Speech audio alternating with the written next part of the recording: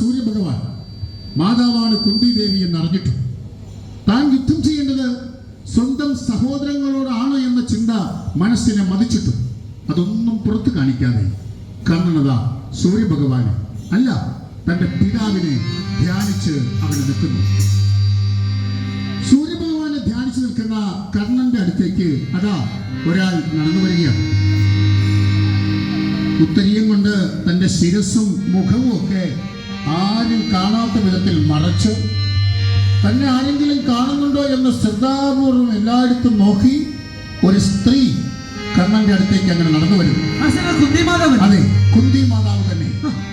കുന്തി മാതാവ് നടന്ന് കർണന്റെ അരികിലെത്തി. സൂര്യഭഗവാനെ ധ്യാനിച്ചു നിൽക്കുന്ന കർണൻ തന്റെ അരികിൽ ഒരാൾ വന്നു നിൽക്കുന്നത് അറിയുന്നില്ല. കുന്തി കർണനെ ഇമയെടുക്കാതെ നോക്കി നിൽക്കുന്നു.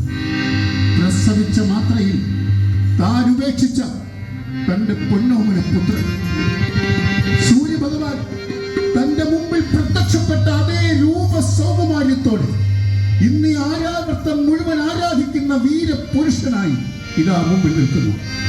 കുറേ സമയം കുന്തി കർണനെ നോക്കി നിന്നു. എന്നിട്ട് മെല്ലെ വിളിച്ചു, മോനെ മോനെ കർണ. മാതൃത്വം തുടങ്ങുന്ന വാക്കുകൾ. കർണൻ നോക്കി. കുന്തി മാതാവ് അല്ല, തന്റെ പെറ്റമ്മ. ശ്രീകൃഷ്ണ ഭഗവാൻ പറഞ്ഞ കഥകൾ ഒന്നൊന്നായി കർണന്റെ മനസ്സിലൂടെ കടന്നുപോയി.